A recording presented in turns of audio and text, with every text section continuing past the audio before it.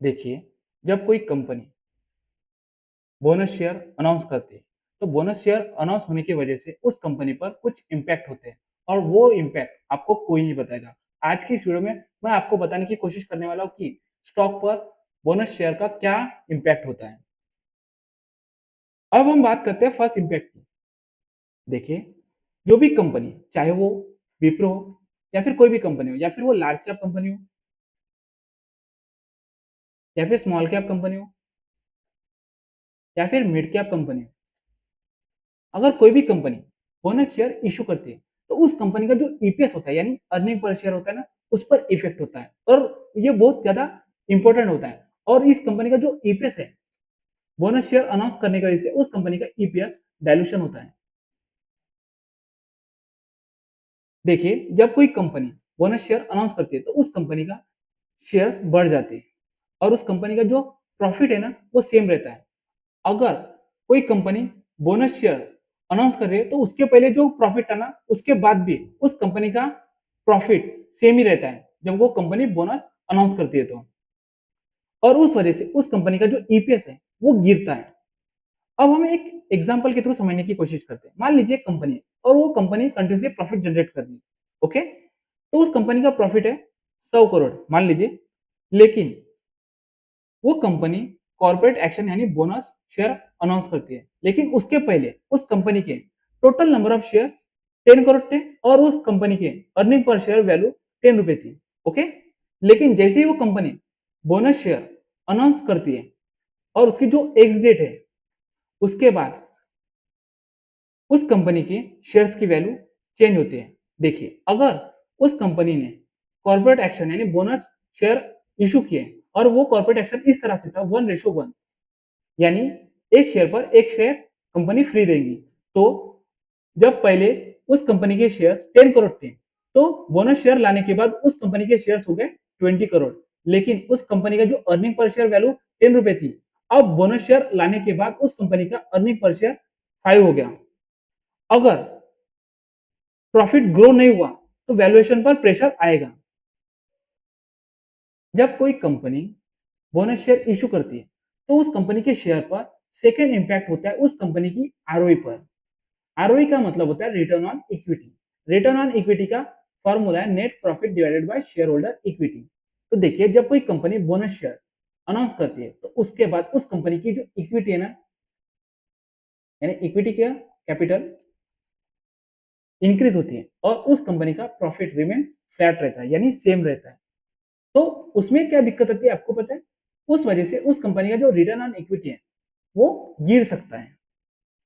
तो आपको सबसे पहले बिजनेस चेक करना होगा और एक सवाल पूछना होगा, क्या return on equity business improvement से बढ़ रहा है? अगर आपको सवाल का आंसर मिलता है तो आप समझ जाओगे कि इस कंपनी पर, उस कंपनी के रिटर्न ऑन इक्विटी पर किस तरह से इफेक्ट हो रहा है। सेकेंड इंपैक्ट है वोलेटिलिटी इंक्रीज। देखिए, जब कोई company bonus share issue announce करती है तो मार्केट में एक पॉजिटिव न्यूज जाती है। ओके, लेकिन देखिए, स्टॉक एक्सचेंज पर बहुत सारी कंपनियां लिस्टेड है, विप्रो जैसी लार्ज कैप कंपनी या मिड कैप कंपनी या स्मॉल कैप कंपनी। तो ये सारी कंपनियां स्टॉक एक्सचेंज पर है। तो देखिए, स्टॉक मार्केट में बहुत सारे ट्रेडर है और वो उसमें से ज्यादातर लोग छोटी कैपिटल वाले ट्रेडर है जो किसी भी स्टॉक में इंटर करते हैं। और अगर कोई कंपनी बोनस शेयर इशू करती है तो उस वजह से उस कंपनी में ऑपरेटर है ना ज्यादा एक्टिव हो जाते हैं, जिस वजह से उस कंपनी के प्राइस स्विंग शार्प हो जाते हैं। और जैसे ही कंपनी बोनस इशू करती है तो उसके बाद वो स्टॉक है ना सेफ नहीं रहता है शॉर्ट टर्म में, क्योंकि वो वोलेटिलिटी इतनी बढ़ जाती है कि कुछ ही महीनों में वो स्टॉक का प्राइस ऊपर जा सकता है या कुछ ही महीनों में वो स्टॉक का प्राइस नीचे जा सकता है। फोर्थ इंपैक्ट है डेरिवेटिव एंड लॉट साइज। देखिए, जब कोई कंपनी बोनस शेयर इशू करती है और वो कंपनी फ्यूचर एंड ऑप्शन में है, तो देखिए, मान लीजिए टाटा स्टील कंपनी का एक लॉट साइज 5500 स्टॉक के आते हैं। देखिए, अगर आप फ्यूचर ऑप्शन में ट्रेडिंग करते हो तो उसमें 1 क्वांटिटी 10 क्वांटिटी में बाइंग सेलिंग नहीं होती है, उसमें प्योर लॉट बाइंग सेलिंग होती है। तो देखिए, टाटा स्टील का एक लॉट में कितने शेयर्स आते हैं? 5500 यानी 5500। तो अगर ये कंपनी बोनस शेयर इशू करती है तो इसके बाद क्या होगा, इस कंपनी का जो शेयर का प्राइस है वो हाफ हो जाएगा और इसकी जो लॉट साइज है वो बढ़ जाएगा या फिर एडजस्ट हो जाएगा। और पहले टाटा स्टील को अगर आप एक लॉट खरीदना चाहते हो तो आपको इतना मार्जिन रिक्वायर लगता था, लेकिन अगर वो कंपनी बोनस शेयर इशू करती है तो लॉट साइज चेंज होता ही है और आपका जो मार्जिन रिक्वायरमेंट है वो भी चेंज होता है। यानी जो रिटेल इन्वेस्टर होते हैं ना, वो बिना समझे फ्यूचर ऑप्शन के स्टॉक में ट्रेड करते हैं।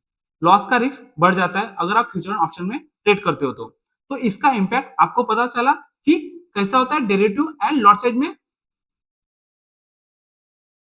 अब हम बात करते हैं सबसे लास्ट इंपैक्ट की, वो इंपैक्ट है टैक्स।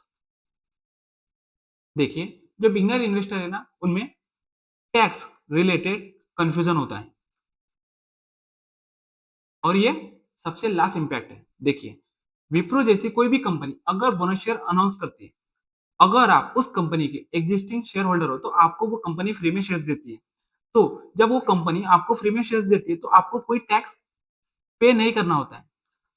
लेकिन अगर आपको फ्री में मिले हुए शेयर्स अगर आप सेल करते हो तो बेचते वक्त उस शेयर पर कैपिटल गेन लगता है, कैपिटल गेन टैक्स लगता है। अगर आप होल्डिंग पीरियड यानी फ्री में मिलने वाले शेयर्स के पहले या फिर जो कंपनी बोनस शेयर अनाउंस करे उससे पहले अगर उस कंपनी के शेयर्स आपके पास है तो वो हो गए ओरिजिनल शेयर्स। तो ओरिजिनल शेयर्स की डेट से काउंट होता है, तो उसे गलत tax planning equal surprise tax bill हो सकता है।